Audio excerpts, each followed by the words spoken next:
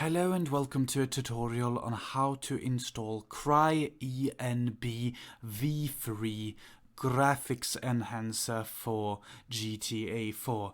Now before you do this, you first need to downgrade your GTA 4 into version 1.0.7.0.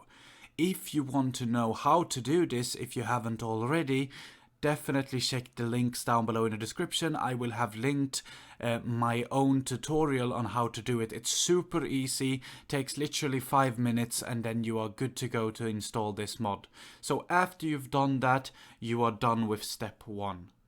Alright, so after you have done that, you have made sure that your GTA is downgraded. Of course, if it's already downgraded, you don't need to do anything. But after you've done that, you've downgraded it, you're done with that, you then head over to the link down below in the description to the actual mod itself. It will open a Google Drive like this, and you just press the download button over here, and the file will be downloaded.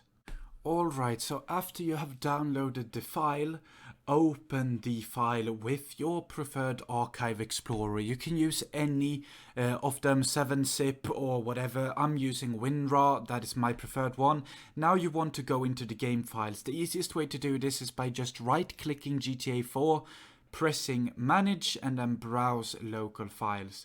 And then you will get to the local files and then also have the WinRAR open. So after we've gone to the local files, you can now press GTA 4 here and you will get into this.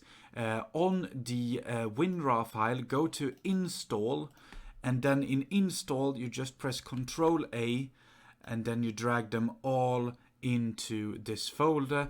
It will quickly copy a lot of files. You can see it is going to replace 558 files, but all you need to do is press replace the files in the target and let it do its thing.